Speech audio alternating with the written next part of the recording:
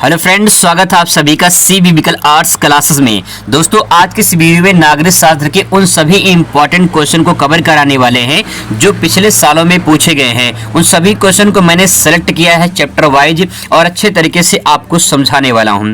देखिए, अति लघु क्वेश्चन यहाँ पे कवर करेंगे। ये बात ध्यान रखेंगे कि हर साल ऐसा होता है कि अति लघु के सवाल बहुविकल्पीय में अगले सवाल पूछे जाते हैं, तो इसीलिए यहाँ पे दो टाइप के सवाल बनेंगे। क्वेश्चन हम लोग एक तैयार करेंगे लेकिन फायदा आपको डबल करवाएंगे। अति लघु क्वेश्चन आपका बहुविकल्पीय में भी पूछा जा सकता है, तो अच्छे तरीके से समझेंगे। एक पढ़ेंगे दो फायदा होगा, यही होता है स्मार्ट तरीके का पढ़ने का फायदा। चलिए शुरुआत करते हैं, चैप्टर वाइज शुरुआत करेंगे और अच्छे तरीके से आपको समझना है। सबसे पहले देखिए, यहाँ पे पहला क्वेश्चन आपके सामने आया है, भारत में प्रथम आम चुनाव किस वर्ष हुए थे? ठीक है, तो ये क्वेश्चन अगर आपसे पूछा जाता है, यहाँ पे तो अति लघु में पूछा गया है लेकिन बहुविकल्पीय में भी पूछा जा सकता है। तो यहाँ पे भारत में प्रथम आम चुनाव 1952 में हुआ था। थोड़ा सा मैं आपको ट्रिक से माध्यम से याद करने की कोशिश करूं तो आप इतना समझ लीजिए कि मैं यहाँ पे एक सेंटेंस लिख रहा हूँ, पान दो। आप किसी दुकान पे गए हो और दुकानदार से कहे हो भाई पान दो, ठीक है, दुकान से कह रहे हो, दुकानदार से कह रहे हो कि भाई पान दो। तो यहाँ पे थोड़ा सा आप सेंटेंस को पढ़िए, पान दो पान दो। तो यहाँ क्या 5-2 निकल कर आएगा, पान दो, है ना। तो देखिए कब हुआ था, 1952, 5-2 1952 में। 19 कॉमन है, आप समझ लीजिए 1952 में। तो प्रथम आम चुनाव कब हुआ था? 1952 में हुआ था, 1952 में पान दो। ठीक है, आगे देखिए, डॉक्टर बी.आर. अम्बेडकर ने किस पार्टी की स्थापना की थी? तो यहाँ पे देखिए, इंडिपेंडेंट लेबर पार्टी, दूसरा है शेड्यूल कास्ट फेडरेशन। ये दो पार्टी की स्थापना जो है डॉक्टर भीमराव अम्बेडकर जी ने किया था। यहाँ पे अगला सवाल आपके सामने आ चुका है, तीसरा सवाल है, भारतीय जनसंघ की स्थापना कब हुई थी और इसके संस्थापक अध्यक्ष कौन थे? तो यहाँ पे देखिए 1951 है, 1951 में इसकी स्थापना हुई थी और संस्थापक का नाम जो है श्यामा प्रसाद मुखर्जी। अगर आप रानी मुखर्जी का नाम सुने होंगे, ठीक है, जो हीरोइन है रानी मुखर्जी, अगर आप उसका नाम सुने होंगे तो उसी के नाम से रिलेटेड करके आप याद कर सकते हैं, श्यामा प्रसाद मुखर्जी। ठीक है, आगे देखिए अगला सवाल बहुत ही मोस्ट इंपॉर्टेंट है, गरीबी हटाओ का नारा किसने दिया था? अच्छे तरीके से देख लीजिए, गरीबी हटाओ का नारा जो है इंदिरा गांधी जी ने दिया था। अगला प्रश्न है, राजग का पूरा नाम क्या है? राजग, आर से यहाँ पे यानी रा हो जाएगा, रा से राष्ट्रीय, जा से जनतांत्रिक, गा से गठबंधन, राष्ट्रीय जनतांत्रिक गठबंधन इसका पूरा नाम हो जाएगा। ये तो बात हो गई इस चैप्टर से जो इंपॉर्टेंट क्वेश्चन थे वो मैंने सेलेक्ट कर लिया था, अब आपको अच्छे तरीके से यहाँ पे समझा दिया है। अब आगे यहाँ पे देखते हैं, अगला सवाल जो है अगले चैप्टर से यहाँ पे आपके सामने आ चुका है, योजना आयोग की स्थापना किस वर्ष की गई थी? तो दोस्तों, अगर आपसे सवाल पूछा जाएगा योजना आयोग की स्थापना किस वर्ष की गई थी, तो बहुविकल्पीय में पूछा जाएगा तो 4 ऑप्शन देगा। ठीक है, तो ध्यान रखेंगे 1950 में इसकी स्थापना की गई थी और योजना आयोग अब जो है प्रेजेंट टाइम में नीति आयोग के नाम से जाना जाता है। नीति आयोग 2015 में बनाया गया था, तो दोनों अच्छे से समझ लीजिए, 2015 में नीति आयोग आया और 1950 में योजना आयोग की स्थापना की गई थी। यहाँ पे सवाल थोड़ा सा घुमा देगा और आपसे पूछ लेगा योजना आयोग का अध्यक्ष कौन होता है? तो ध्यान रखेंगे योजना आयोग का अध्यक्ष प्राइम मिनिस्टर होता है। ठीक है, इसके बाद दोस्तों अगर आपसे भी पूछ ले कि योजना आयोग के प्रथम अध्यक्ष कौन थे, तो भारत के पहले प्रधानमंत्री कौन थे? पंडित जवाहरलाल नेहरू। और इस टाइम पे वर्तमान समय में कौन है? श्री नरेंद्र मोदी जी हैं। तो आपको ध्यान में रखना है कि प्रेजेंट टाइम में अगर पूछ ले जो है नीति आयोग के अध्यक्ष कौन है, तो नरेंद्र मोदी जी हो जाएगा और पहले हो जाएगा पंडित जवाहरलाल नेहरू। ठीक है, आगे देखिए, प्रथम पंचवर्षीय योजना का कार्यकाल क्या था? तो पहले जो पंचवर्षीय शुरुआत की गई थी, 5 वर्ष की योजना पंचवर्षीय योजना कहलाती है। तो इसकी शुरुआत हुई थी 1951 से 1956 तक चली थी। ठीक है, पहली पंचवर्षीय योजना। आगे क्वेश्चन बहुत ही मोस्ट इंपॉर्टेंट है, अच्छे से इसको देख लीजिए। अब यहाँ शुरुआत होती है अति लघु सवाल की। तो यहाँ पे देखिए, विकास के केरल मॉडल किन्हीं 2 महत्वपूर्ण बिंदुओं को उल्लेख कीजिए या उसके बारे में लिखिए। तो केरल मॉडल क्या है इसके बारे में समझना है। ठीक है, देखिए केरल क्या है, अगर मैं बात करूँ थोड़ा सा, यहाँ पे कुछ इस प्रकार से मानचित्र में आप दे सकते हैं। तो यहाँ पे आपको जो है, यहाँ पे इस प्रकार से आपको यहाँ पे केरल दिखाई देगा। ठीक है, यहाँ पे जो है आपको केरल दिखाई देगा, तो ये हो जाएगा केरल, यहाँ पे हो जाएगा केरल। अब देखिए, आप सभी को अच्छे से पता है कि साक्षरता दर में सबसे अधिक कहाँ पे है? भारत में, केरल में है। ठीक है, और अगर आपने मानव विकास सूचकांक का नाम सुना होगा तो मानव विकास सूचकांक जो है वो सबसे ज्यादा केरल में ही है। कहने का तात्पर्य ये है कि केरल में जो है कुछ ना कुछ खास है, इसीलिए यहाँ पे केरल मॉडल का नाम आया है। तो पहला पॉइंट आप इसमें ले सकते हैं, राज्य के लोगों के स्वास्थ्य सुधार हेतु तो प्रयास किए गए और शिक्षा के प्रसार में जागरूकता की गई। तो ये दो इंपॉर्टेंट पॉइंट आप ले सकते हैं। दूसरा पॉइंट ये ले सकते हैं कि शिक्षा के प्रसार में, क्योंकि साक्षरता दर सबसे अधिक कहाँ पे है, केरल में है। तो शिक्षा का प्रसार में जागरूकता किया गया और सबसे ज्यादा जो है केरल में साक्षरता पाई गई है। आगे देखिए क्वेश्चन नंबर अगला, ऑपरेशन फ्लड किससे संबंधित है? तो सभी जानते होंगे ऑपरेशन फ्लड के बारे में, दुग्ध उत्पादन से संबंधित है। बहुत ही मोस्ट इंपोर्टेंट प्रश्न है ये ऑपरेशन फ्लड वाला। अगला है कि सतत विकास से आप क्या समझते हैं? सतत विकास से आप क्या समझते हैं? सतत का मतलब क्या होता है? सतत का मतलब कंटिन्यूटी होता है, विकास यानी डेवलपमेंट। अब यहाँ पे थोड़ा सा मैं अगर आपको और समझाऊं डिटेल में, तो आप इतना समझ लीजिए, सतत विकास से आशय उस विकास की प्रक्रिया से होता है जिससे कोई भी देश अपने संसाधनों द्वारा लंबे समय तक बनाए रख सकता है। फॉर एग्जाम्पल मैं आपको ऐसे समझाऊं, जैसे मान लीजिए भारत में है, ठीक है, भारत में कोई संसाधन है, कोई संसाधन में मान लीजिए कोयला ले लेते हैं, ठीक है, कोयला ले लेते हैं। इस संसाधन को, जो कोयला हमारे पास है, इस कोयले संसाधन को हम देखिए हमारी जो वर्तमान की पीढ़ी है, यानी हम सब उसका उपयोग करें, इस कोयले को वर्तमान की पीढ़ी उपयोग करे और हमारी जो आने वाली पीढ़ी है जब इसका भी उपयोग करे, तो इसी को सतत विकास कहा जाता है। ठीक है, आई होप आपको समझ में आया होगा। बस आप इतना समझ लीजिए कि सतत विकास का मतलब ये वो विकास होता है जो आने वाले भविष्य के लिए, जो आने वाले भविष्य के लोग हैं उनके लिए संसाधन बचा होना चाहिए। हम तो उपयोग कर ही रहे हैं संसाधन को, आने वाला भविष्य भी जब उसका उपयोग करे तो इसी को सतत विकास के नाम से जाना जाता है। ठीक है, आगे देखिए अगला प्रश्न यहाँ पे लिखा है, मिश्रित अर्थव्यवस्था क्या है? मिश्रित का मतलब क्या होता है? खिचड़ी। आप ऐसा समझिए, खिचड़ी का मतलब बहुत सारे मिक्स चीजें होती है उसमें, है ना। तो यहाँ मिश्रित मतलब मिक्स यानी खिचड़ी टाइप का। अर्थव्यवस्था, किसी देश की अर्थव्यवस्था के बारे में बात हो रही है, तो जिस देश की अर्थव्यवस्था में पूंजीवादी और समाजवादी मॉडल पर कार्य होता है उसे मिश्रित अर्थव्यवस्था कहा जाता है।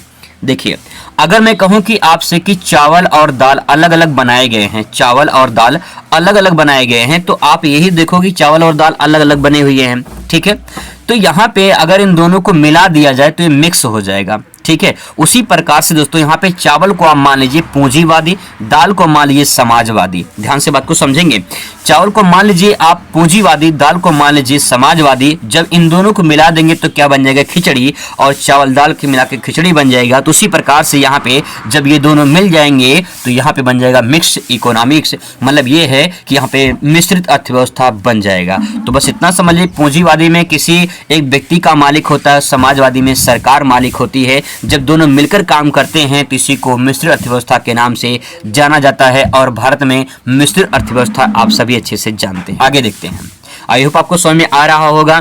भारत में नियोजन के किन्हीं दो उद्देश्यों को लिखिए। नियोजन का मतलब क्या होता है पहले ये तो समझ लीजिए। नियोजन का मतलब ये होता है किसी काम को योजनाबद्ध तरीके से करना, योजन। ठीक है, यहाँ पे सेंटेंस जो है ये नियोजन है, यहाँ पे जो लिखा गया है ये नियोजन है। ठीक है, उसको सुधार लेंगे, यहाँ पे नियोजन लिखा गया है। तो नियोजन में दो उद्देश्य को बताना है। नियोजन में क्या होता है? किसी भी कार्य को योजनाबद्ध तरीके से करना नियोजन कहलाता है। ये तो पहला पॉइंट हो गया। दूसरा, भविष्य के संबंध में पूर्वानुमान लगाना। जैसे मान लो हमें कोई प्लानिंग करनी है, कोई प्लान बनाना है। जैसे आपको प्लान बनाना है कि हमको 2024 के बोर्ड परीक्षा में अच्छे नंबर से जो है पास होना है, फर्स्ट डिवीजन पास होना है या टॉपर बनना है। तो आप क्या बनाओगे? एक प्लान बनाओगे। ठीक है, एक प्लान बनाओगे।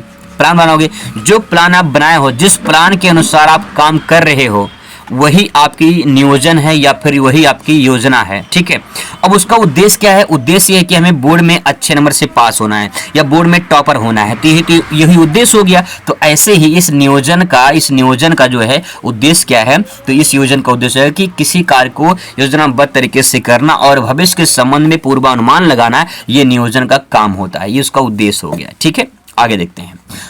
आगे सवाल दोस्तों आपके सामने यहाँ पे कि बॉम्बे प्लान क्या है।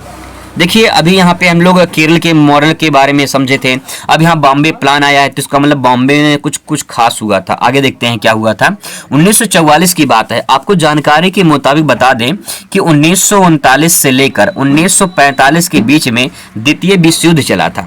ठीक है, यानी 1944 घटना जो है उन्हीं द्वितीय विश्व युद्ध के दौरान की घटना है। इसमें क्या कहा गया कहा गया है कि 1944 में भारत में उद्योगपतियों का एक समूह देश में नियोजित अर्थव्यवस्था चलाने का संयुक्त प्रस्ताव तैयार किया, जिसे बॉम्बे प्लान के नाम से जाना जाता है।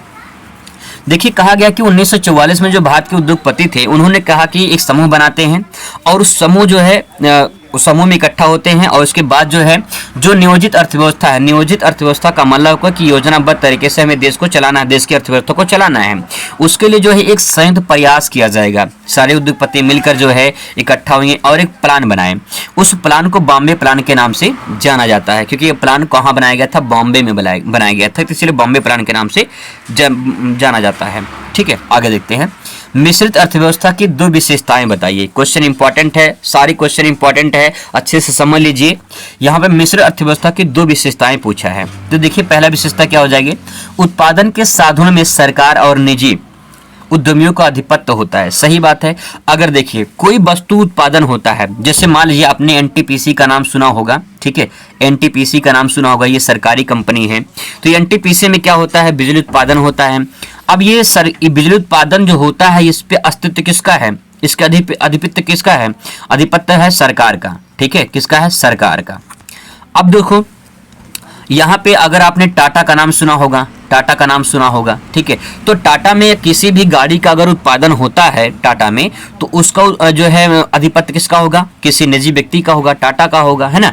तो यहाँ पे वही कहा गया है कि सरकार और निजी जो उद्यमी होते हैं उनका आधिपत्य होता है जब कोई वस्तु उत्पादन होता है। अगर कोई वस्तु सरकारी उत्पादन करता है तो सरकार मालिक है, अगर कोई निजी करता है तो निजी मालिक है। यही इसकी खास विशेषता है। ठीक है, अगले देखिए, उत्पादन जनता के कल्याण और लाभ जो है दोनों के लिए उद्देश्य के लिए किया जाता है। तो जो भी उत्पादन किया जाता है, खासकर इसमें जो सरकारी जो उत्पादन होते हैं वो खासकर जनता के लाभ के लिए होते हैं, लेकिन निजी जो क्षेत्र होता है उसमें थोड़ा सा कम होता है, लेकिन दोनों में कहीं न कहीं लाभ जो है जनता के उद्देश्य के लिए ही बनाया जाता है। ठीक है, अगला क्वेश्चन दोस्तों यहाँ पे देख लीजिए, वामपंथ क्या है? बहुत ही सिंपल सेंटेंस में अगर आपको समझा दूं तो बस इतना समझ लीजिए। वामपंथ जो होता है ये अधिकांशतः उन लोगों के ओर संकेत दिया जाता है जो गरीब और पिछड़े सामाजिक समूह की तरफदारी करते हैं। ठीक है, उन्हें लाभ पहुंचाने वाले नीतियों का समर्थन करते हैं। फॉर एग्जाम्पल, जैसे मान लीजिए आपका गाँव है, ठीक है, आप हैं, आप अपने गांव के जो गरीब लोग हैं, अगर उनके हित के लिए, उनकी जो है भलाई के लिए कुछ काम कर रहे हैं, उनके भलाई के लिए बात कर रहे हैं, सरकार से कुछ जो है मांग कर रहे हैं कि हमारे जो गांव में जो गरीब हैं उनका भला हो जाए, उनको कॉलोनी दिला रहे हैं, उनको जो है राशन पानी मिल रहा है, उनको मदद दिया जा रहा है, तो ये जो प्रक्रिया हो रही है यही जो है वामपंथ के नाम से जाना जाता है। आसान भाषा में समझ सकते हो, कोई यहाँ पे किताबी भाषा नहीं है, बहुत सिंपल सेंटेंस दोस्तों मैंने लिखा है और अपने शब्दों में लिखा है ताकि आपको समझ में आ जाए। अगला क्वेश्चन है, मिल्कमैन ऑफ इंडिया के नाम से किसे जाना जाता है? इसी क्वेश्चन को अथवा करके पूछा है कि श्वेत क्रांति के जनक किसे कहा जाता है? तो श्वेत या मिल्कमैन दोनों का अर्थ एक ही होता है। यहाँ पे श्वेत यानी सफेद, मिल्क मतलब दूध होता है, तो दूध सफेद होता है, तो इसका जो जनक है वो वर्गीस कुरियन को माना जाता है। वर्गीस कुरियन, ध्यान रखेंगे, बहुत मोस्ट इंपॉर्टेंट प्रश्न है। अगला सवाल दोस्तों आपके सामने आ चुका है कि कब और किन देशों के बीच पंचशील समझौता या हस्ताक्षरित जो है हुआ था? तो ध्यान रखेंगे, पंचशील समझौता या जो है जो हस्ताक्षरित हुआ था वो 29 अप्रैल 1954 में हुआ था। ठीक है, 1954 में, 29 अप्रैल 1954 में डेटा है, थोड़ा सा ध्यान रखेंगे। इसके बाद दोस्तों आपसे मैं यहाँ पे जो सवाल पूछा गया थोड़ा सा और डिटेल में बताऊँ तो यहाँ पे मैंने बता दी कब हुआ था, तो 29 अप्रैल 1954 में किन देशों के बीच हुआ था? तो ध्यान रखेंगे ये हुआ था जो है पाकिस्तान और जो है सॉरी फॉर दैट, चीन के जो प्रमुख थे उनके और भारत के पंडित जवाहरलाल नेहरू। चीन के प्रमुख जो है, चीन के प्रमुख का नाम था चाउ यन लाई और पंडित जवाहरलाल नेहरू के बीच में जो है ये समझौता हुआ था।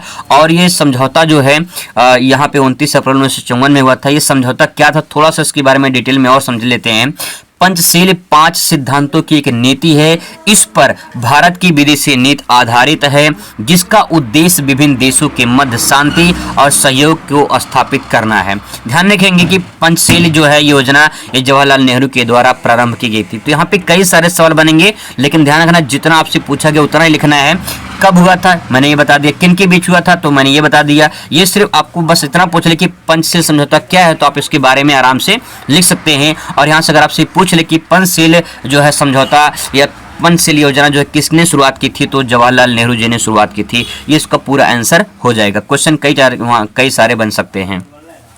अगला प्रश्न दोस्तों यहाँ पे आ चुका है आपके सामने कि शिमला समझौता कब और किसके मध्य हुआ था? बहुत ही सिंपल सेंटेंस में मैंने लिखा है, आराम से समझ लीजिए कि शिमला समझौता 7-2, ठीक है, 7-2 1972 में हुआ था, ठीक है, 1972 में हुआ था।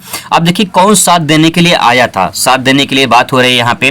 ध्यान रखेंगे ये जो शिमला समझौता हुआ था ये 1972 में हुआ था, 1972 में। और ध्यान रखेंगे कि 1971 में बांग्लादेश एक नया देश बना था, ठीक है, 1971 में। उसी के एक साल बाद जो है शिमला समझौता हुआ था। शिमला समझौता किनके मध्य हुआ था? तो भारत के प्रधानमंत्री और पाकिस्तान के प्रधानमंत्री थे, ठीक है। भारत की प्रधानमंत्री जो थी उस टाइम पे श्रीमती इंदिरा गांधी थी और पाकिस्तान के प्रधानमंत्री थे जुल्फिकार अली भुट्टो, ठीक है। इनके बीच में जो है ये शिमला समझौता हुआ था। आगे क्वेश्चन यहाँ पे देख लीजिए, शेख मुजीबुर रहमान दल का नाम क्या था? तो शेख मुजीबुर रहमान का दल का नाम था बांग्लादेशी अवामी लीग। आपको जानकारी के मुताबिक दोस्तों बता दें कि जो है शेख मुजीबुर रहमान जो थे, यहाँ पे अगर मैं थोड़ा सा आपको एहसास कराऊं तो इस प्रकार से थोड़ा सा भारत के मानचित्र से आप थोड़ा सा समझ लीजिए तो आपको थोड़ा सा कुछ समझ में आने का यहाँ पे और अच्छा फ़ायदा हो सकता है। मोबाइल में इतना तो अच्छे से नहीं बन सकता है, लेकिन जो है बस समझना है, इसीलिए थोड़ा सा समझ लीजिए। देखिए जब भारत का विभाजन हुआ था तो यहाँ पे तो पाकिस्तान था, ठीक है, और यहाँ पे था पूर्वी पाकिस्तान, यहाँ पे था जो है यहाँ पश्चिमी पाकिस्तान, ठीक है, और यहाँ था पूर्वी पाकिस्तान। दो खेमे में बटा तो पाकिस्तान। पश्चिमी पाकिस्तान के लोग, पूर्वी पाकिस्तान के लोग जो थे ये दोनों अलग अलग बटे हुए थे और भारत अकेला था यहाँ पे। तो यहाँ पे जो है जो पश्चिमी पाकिस्तान के लोग थे पूर्वी पाकिस्तान के लोगों के साथ में बहुत अत्याचार करते थे, ठीक है। अब इससे जो है अत्याचार से जो है जब वो परेशान हो गए तो यहाँ पे एक नेता आते हैं, उन नेता का नाम होता है शेख मुजीबुर रहमान। जब यहाँ के लोगों ने जो आवाज़ उठाते हैं तो यहाँ के लोग जो है इनको बड़ा मारते पीटते हैं, बहुत ज़्यादा जो है दंड देते हैं। तो यहाँ के लोग जो थे पूर्वी पाकिस्तान के, यहाँ लोग भारत में आते हैं और यहाँ पे मदद मांगते हैं और इसके बाद जो है भारत मदद करता है। और फिर इसके बाद युद्ध शुरुआत होती है 1971 में एक युद्ध शुरुआत होती है और यही में 1971 में जो है एक नया मुल्क बनता है बांग्लादेश के नाम से। जो पूर्वी पाकिस्तान था इसी को बांग्लादेश के नाम से जो है बना दिया जाता है। तो यहाँ पे जो बांग्लादेश है उसका अस्तित्व जो कब आता है 1971 में, तो वो जो है उस किसके आंदोलन के द्वारा आता है? तो शेख मुजीबुर रहमान के द्वारा आता है। इनका दल का नाम था बांग्लादेशी अवामी लीग। अगला सवाल है कि नेहरू की विदेशी नीति के किन्हीं दो उद्देश्यों का उल्लेख कीजिए। तो नेहरू की विदेशी जो नीति थी उसके दो उद्देश्य देख लीजिए यहाँ पे, क्षेत्रीय अखंडता को बनाए रखना और तीव्र गति से आर्थिक विकास करना। विदेशी नीति क्या थी? जो भारत में अलग अलग क्षेत्र हैं, अलग अलग क्षेत्र का मतलब ये है कि भारत में 28 राज्य हैं और 28 राज्य में अलग अलग भाषाएं बोली जाती हैं, अलग अलग जो है धर्म के लोग रहते हैं। तो उनकी अखंडता को बनाए रखना और तीव्र गति से विकास करना ये सबसे बड़ी प्राथमिकता थी। विदेशी नीति का सबसे बड़ा उद्देश्य था, ठीक है। आगे देखिए, कठिन संघर्ष से प्राप्त संप्रभुता को बचाए रखना। कठिन संघर्ष, भारत को जो आज़ादी मिली वो बहुत संघर्षों के बाद मिली थी। तो उस संघर्ष को जो आज़ादी मिली थी उसके संप्रभुता को बनाए रखना ये सबसे बड़ा उद्देश्य था। तो यहाँ पे ये 2 पॉइंट आप नेहरू जी की बात को लिख सकते हैं, आराम से समझ सकते हैं। क्वेश्चन नंबर दोस्तों अगला यहाँ पे आपके सामने आ चुका है, भारत में परमाणु नीति की किन्हीं दो विशेषताओं को लिखिए। तो भारत में जो परमाणु नीति थी उसका क्या है? देखिए इसमें पहला पॉइंट, परमाणु तकनीकी को शांतिपूर्वक जो है प्रयोग करना, क्योंकि किसी को क्षति ना हो, किसी को नुकसान ना हो, किसी कोई समस्या ना हो, तो उसके लिए जो है परमाणु तकनीकी का जो है शांतिपूर्ण प्रयोग करना पहला पॉइंट हो जाएगा। दूसरा, विश्व को परमाणु हथियारों के खतरे से मुक्त करना है, ठीक है। अगर कोई भी देश है परमाणु खतरे से जो है मतलब परमाणु के खतरों से डर रहा है तो उसको जो है पूरी तरह से मुक्त करना है, आज़ाद करना है, ताकि किसी को जो है परमाणु से डर ना हो, ठीक है। अब अगला सवाल आपके सामने यहाँ पे देखिए, भारत के लिए गुटनिरपेक्षता की नीति क्यों आवश्यक है? ये क्वेश्चन सारे जितने यहाँ पे मैं आपको दिखा रहा हूँ, 2 सिद्धांत है या फिर जो है 2 कारण या फिर 2 विशेषताएं, ये बहुत इंपॉर्टेंट है, हर साल पूछा जाता है यहाँ से। कह रहा कि भारत के लिए गुटनिरपेक्षता की नीति क्यों आवश्यक है? 2 कारण बताइए। पहला कारण है कि सभी देशों से मैत्री संबंध रखने की दृष्टि से, पहला पॉइंट हो जाएगा। गुट निरपेक्षता का मतलब क्या होता है, जैसे धर्मनिरपेक्ष है, गुट निरपेक्षता बात एक ही होती है। तो यहाँ पे धर्मनिरपेक्ष मतलब भारत में अलग अलग धर्म के लोग रहते हैं, तो सबको जो है मैत्री संबंध यानी मित्र का व्यवहार करना है। हिंदू मुस्लिम सिख ईसाई सब आपस में भाई भाई, तो यहाँ पे जो है मैत्री संबंध व्यवहार रखना है, ये पहला पॉइंट हो जाएगा। दूसरा हो जाएगा कि अपनी स्वतंत्रता नीतियों को बनाए रखना, जो हमारे देश की आज़ादी है उसको बनाए रखना है और सभी धर्म मिलकर एक साथ रहें, तो हो सकता है गुट निरपेक्षता बनी रहे। ठीक है, आगे देखिए अगला सवाल है, पंचशील के दो सिद्धांत बताइए। पंचशील के दो सिद्धांत क्या हैं? समानता और पारस्परिक लाभ। जो पंचशील है उसमें 5 सिद्धांतों की बात कही जाती है, जिसमें कहा जाता है कि सबसे पहला पॉइंट समानता होना चाहिए, पारस्परिक सबको लाभ मिलना चाहिए।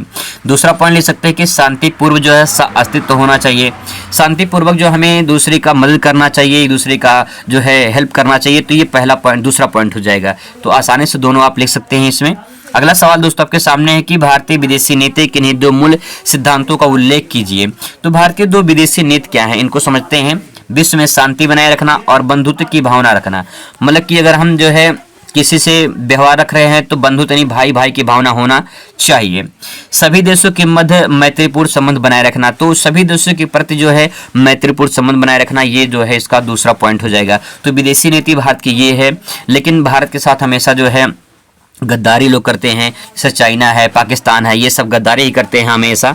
लेकिन यहाँ भारत यही चाहता है कि भैया हम लोग भाई भाई की तरह रहें, कोई लड़ाई झगड़ा ना हो, मैत्रीपूर्ण संबंध बनाए रखें, लेकिन लोग नहीं चाहते हैं। भारत तो चाहता है लेकिन लोग नहीं चाहते हैं। अगला प्रश्न दोस्तों आपके सामने आ चुका है, भारत पाकिस्तान विवाद के 2 कारण बताइए। तो ऐसे कारण बहुत सारे हैं भारत पाकिस्तान के विवाद को लेकर, लेकिन यहाँ पे 2 पॉइंट मैंने लिखा है। पहला पॉइंट आप यहाँ पे ले सकते हो, कश्मीर समस्या, दूसरा आतंकवाद समस्या। ये दोनों काफी जो है इंपॉर्टेंट पॉइंट हैं और आप इसे अच्छे से लिख सकते हो। कश्मीर समस्या और आतंकवाद समस्या ये हमेशा जो है उजागर होते रहते हैं। कश्मीर को लेकर, आतंकवाद को लेकर हमेशा विवाद होता रहता है।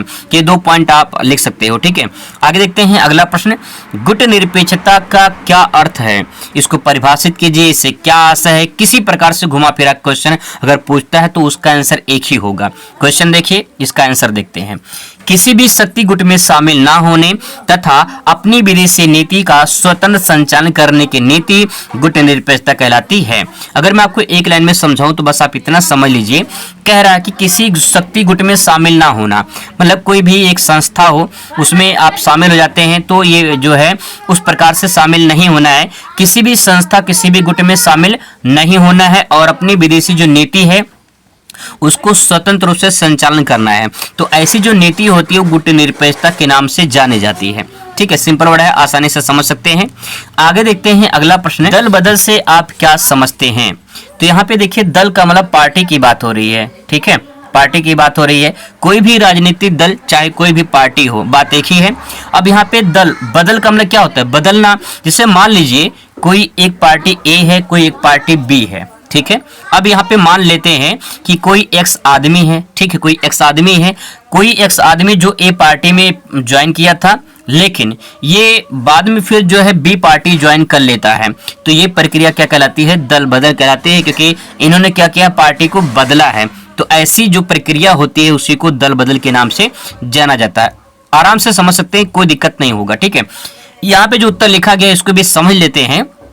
कोई भी जनप्रतिनिधि किसी विशिष्ट दल के चुनाव चिन्ह को छोड़कर किसी दूसरे दल में सम्मिलित हो जाए तो उसे दल बदल के नाम से जाना जाता है। ठीक है, आगे देखते हैं अगला प्रश्न, लाल बहादुर शास्त्री ने किन क्षेत्रों को प्राथमिकता दी थी। तो यहाँ पे 2 पॉइंट आप यहाँ पे ले सकते हैं, पहला और दूसरा। पहला पॉइंट है कृषि विकास और किसान की दशा में सुधार करना। दूसरा था सैन्य तैयारी की ओर ध्यान देना। सैन्य का मतलब सैनिक होता है, यानी सैनिक को अच्छे से तैयार करना है, उनको जो है जो सुविधाएं हैं उनको दिया जाना चाहिए। तो ऐसी जो है चीजें की तरफ जो उन्होंने ध्यान दिया था। तो 2 पॉइंट आप यहाँ पे लिख सकते हैं। ठीक, अगला सवाल दोस्तों यहाँ पे देख सकते हैं, 1984 के चुनाव में कांग्रेस ने कितनी सीटें जीती थी। तो 404 सीटें जीती थी। अति लघु का सवाल है, 1 नंबर का समझ सकते हैं, 404 है। ठीक है, याद करने का तरीका बहुत सिंपल है। अगर यहाँ पे ध्यान रखेंगे 4 4 है, बीच में 0 है, तो बहुत अच्छे से बस अगर बहुविकल्पी में पूछ लेगा तो आराम से इसको जो है 404 आराम से टिक कर सकते हैं। ठीक है, एक बार 2 बार पढ़ लेंगे तो। आगे देखिए, भारत में आपातकाल की घोषणा कब की गई थी? तो दोस्तों बता दें कि भारत में जो आपातकाल की घोषणा की गई थी वो 25 जून 1975 को की गई थी। यहाँ पे थोड़ा सा मैंने डिटेल में और लिख दिया आपको समझाने के लिए। उस टाइम पे जब आपातकाल की घोषणा हुई थी तो प्रधानमंत्री श्रीमती इंदिरा गांधी थी और राष्ट्रपति की बात करें तो फखरुद्दीन अली जो है राष्ट्रपति थे। तो यहाँ पे 25 जून 1975 को है ये आपातकाल की घोषणा हुई थी और उस टाइम पे राष्ट्रपति प्रधानमंत्री कौन थे यहाँ पे अच्छे से मैंने लिख दिया ताकि आपको डाउट ना हो और आसानी से समझ पाए। अगला प्रश्न दोस्तों आप देख लीजिए, यहाँ पे आपातकाल के किन्हीं 2 संवैधानिक बदलाव या परिणामों का उल्लेख कीजिए। तो 2 संवैधानिक परिणाम या बदलाव के बारे में बताना है। तो पहला क्या हो जाएगा, केंद्र राज्यों का संबंध में बदलाव किया गया। ठीक है, केंद्र और राज्य के संबंध में बदलाव किया गया, ये पॉइंट हो जाएगा। और केंद्र शक्तियों में वृद्धि की गई। अब यहाँ पे दोस्तों बात समझने की बात यह है कि जब आपातकाल की घोषणा हुई थी, कब की बात है, 1975 की अभी हम लोग देखे थे, 1975 की बात है जो आपातकाल की घोषणा हुई थी। तो उसमें 2 संवैधानिक परिणाम निकलकर सामने आए थे। पहला पॉइंट ये केंद्र राज्य के संबंध में बदलाव किया गया। दूसरा पॉइंट है केंद्र शक्तियों में वृद्धि किया गया। केंद्र एक तो सरकार केंद्र होती है, एक तो राज्य सरकार होती है, इन दोनों के संबंध में बदलाव किया गया। दूसरा एक केंद्र शासित प्रदेश होते हैं और एक केंद्र सरकार होती है, तो उसके में भी कुछ परिवर्तन किया गया, तो केंद्र शक्तियों में भी वृद्धि की गई।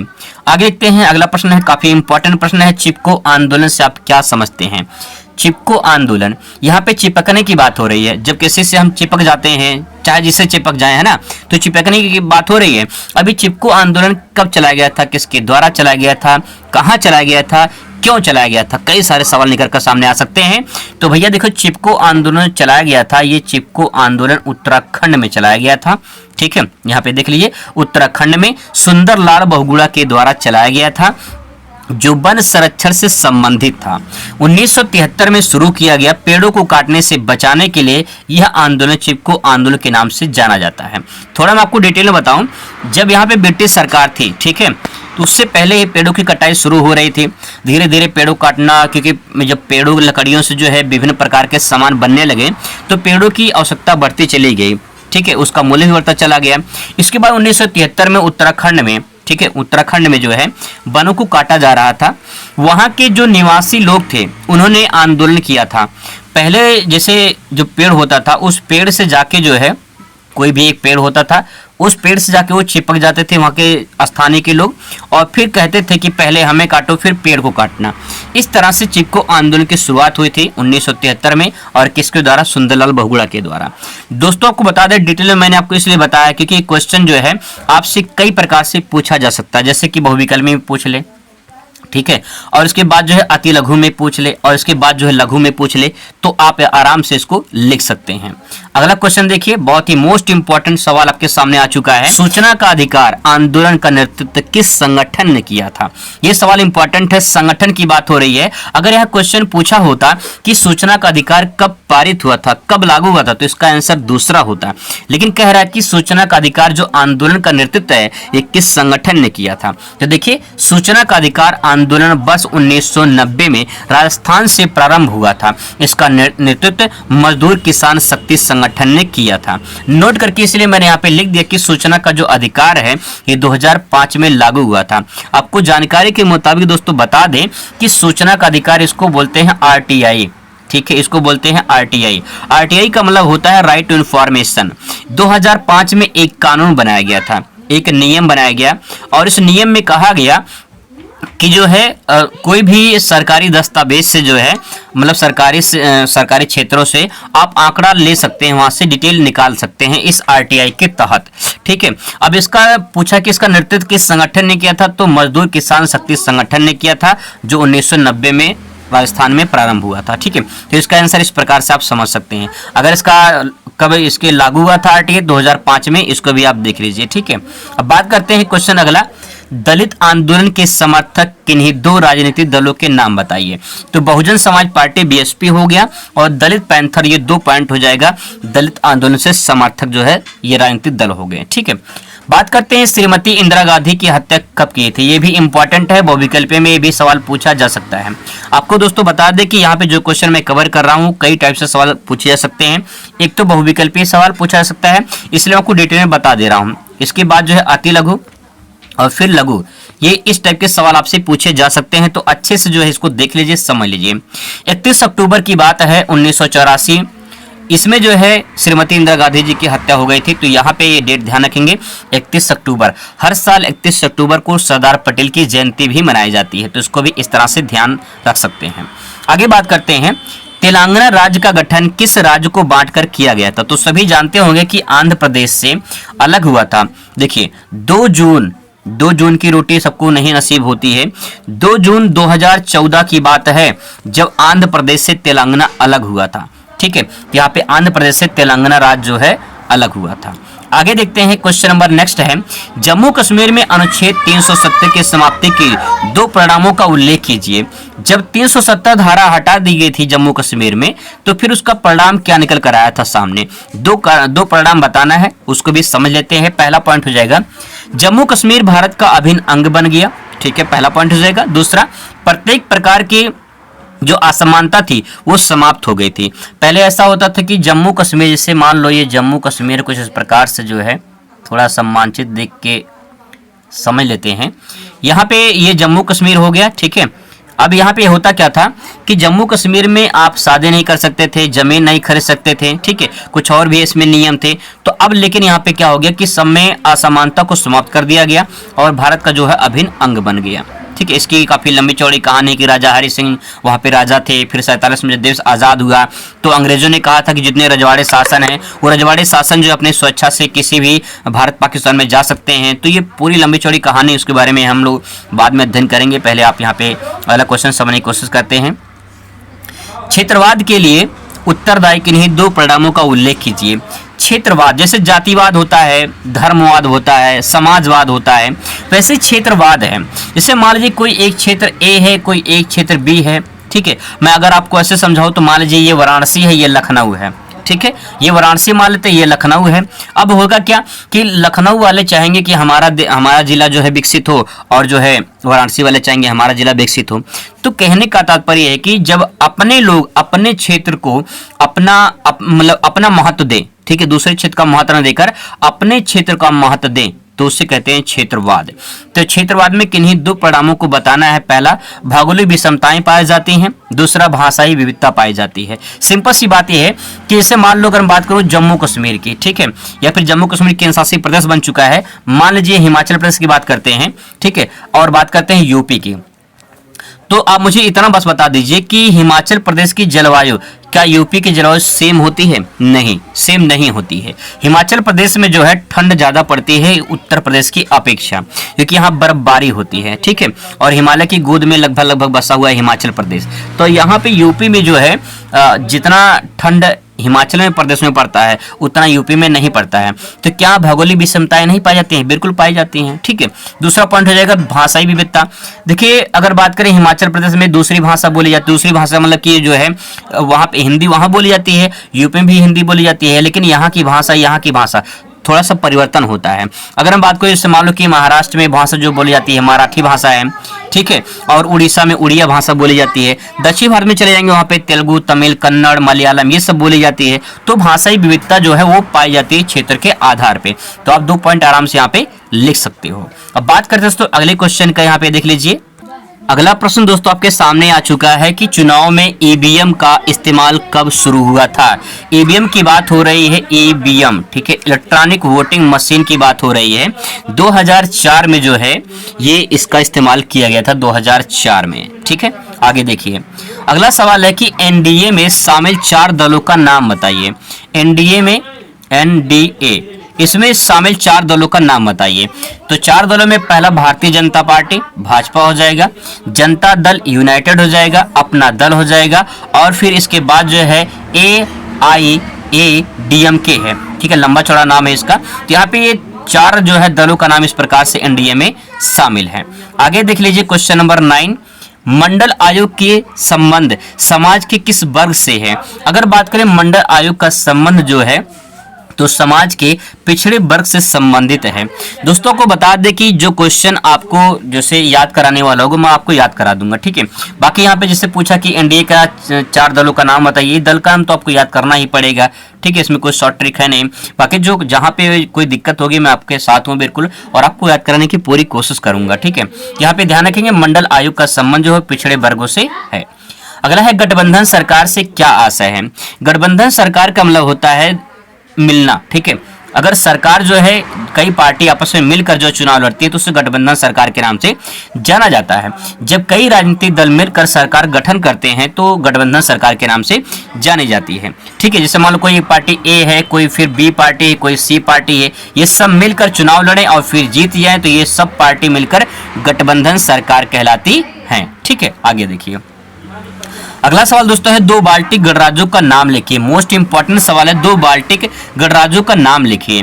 आपको बता दें कि बाल्टिक सागर है, वहां पे उसके आसपास के जो देश हैं उनके बारे में पूछा गया है। मैं थोड़ा सा मैपिंग आपको दिखा दे रहा हूं।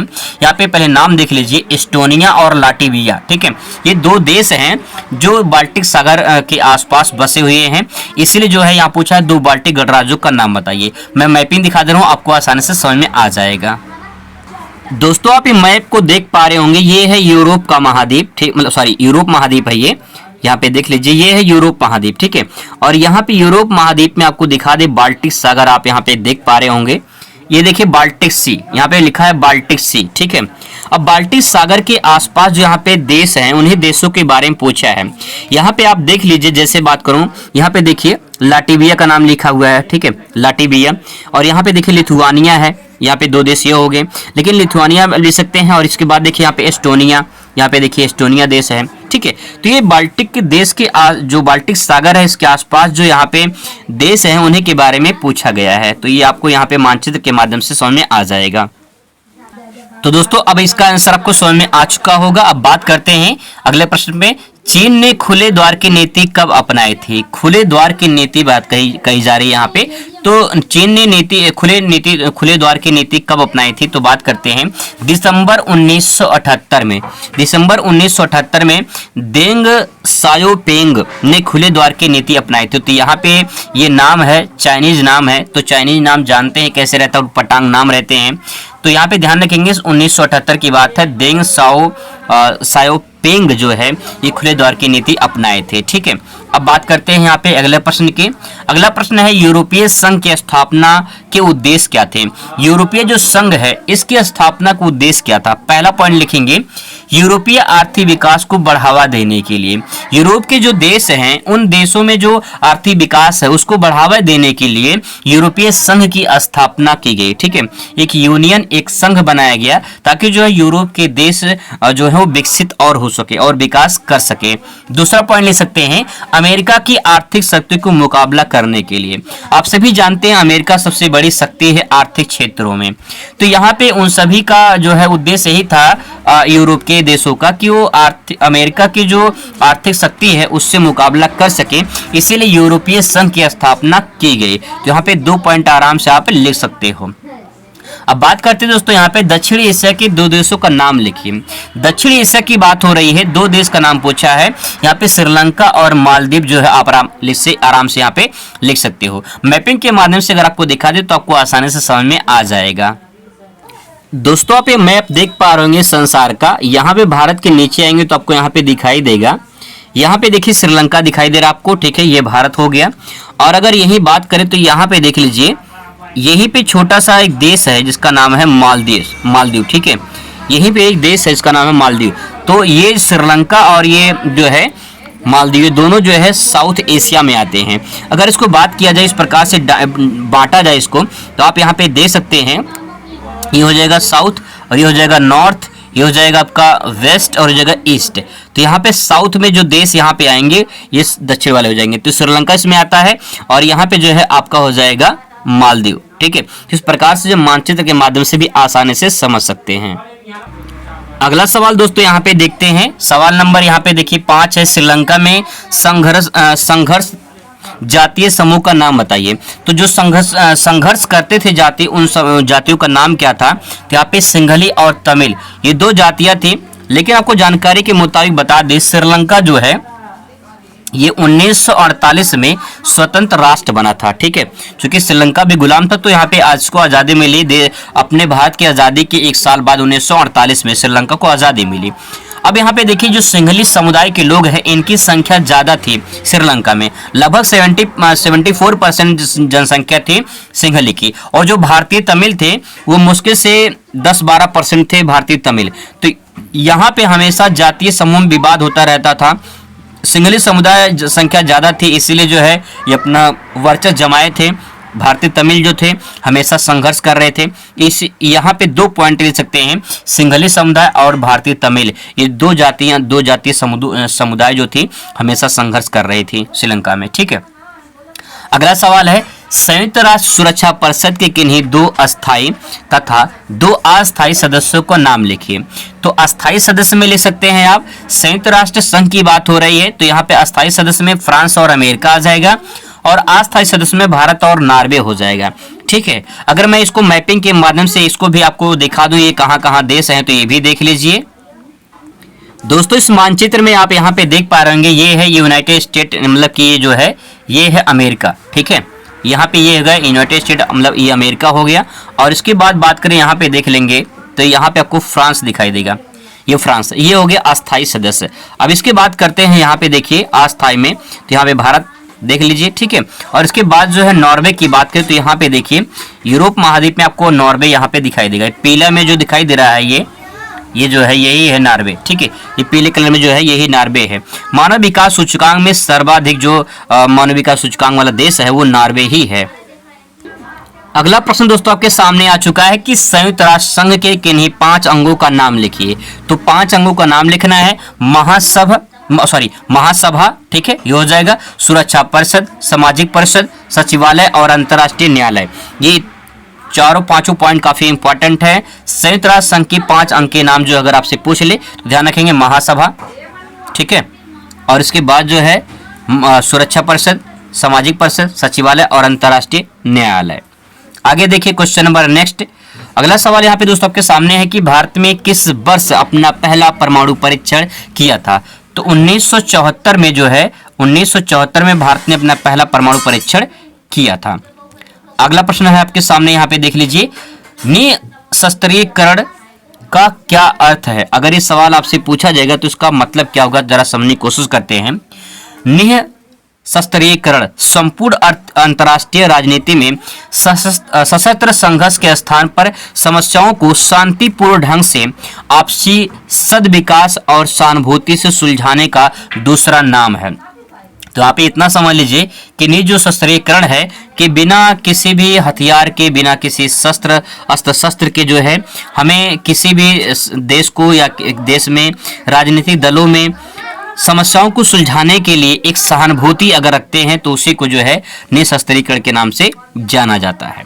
ठीक है, अगला सवाल दोस्तों आपके सामने है कि पृथ्वी सम्मेलन कब और कहां हुआ था। तो पृथ्वी सम्मेलन 1992 1992 में ब्राजील के शहर रियो डी जेनेरो में ही हुआ था।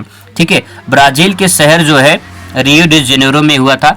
अगर मैं थोड़ा सा आपको दिखाऊं तो यहाँ पे आप समझ लीजिए, कुछ इस प्रकार से आपको देखने को मिलेगा। यहाँ पे देखिए ये है साउथ अमेरिका।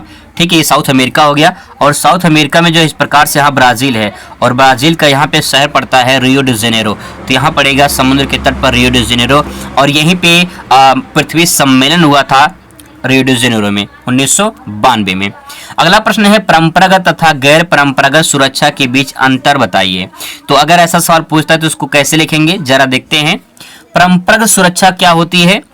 सुरक्षा की परंपरागत धारण माना जाता है कि सैन्य बल से सुरक्षा का खतरा पहुंचता है, और सैन्य बल से ही सुरक्षा को कायम रखा जा सकता है। तो यहाँ पे ध्यान रखेंगे, परंपरागत सुरक्षा का मतलब ये होता है कि सैन्य बल से सुरक्षा को खतरा पहुंचता है और सैन्य बल से ही जो है सुरक्षा कायम रहती है। ये 2 पॉइंट इसमें ध्यान रखेंगे। अगर गैर परंपरागत सुरक्षा की बात करें तो इसमें ध्यान रखना है, गैर परंपरागत सुरक्षा में मानवीय खतरों तथा आशंकाओं को सम्मिलित किया जाता है, इसमें मानवता की सुरक्षा पर विशेष ध्यान दिया जाता है। अगर गैर परंपरा की बात करें तो यहाँ पे देखिए सैन्य बल की बात हो रही है। सैन्य बल से खतरा भी है और सुरक्षा भी है, लेकिन गैर परंपरागत अगर बात करें तो इसमें देखिए मानवीय खतरों और शंकाओं को सम्मिलित किया जाता है।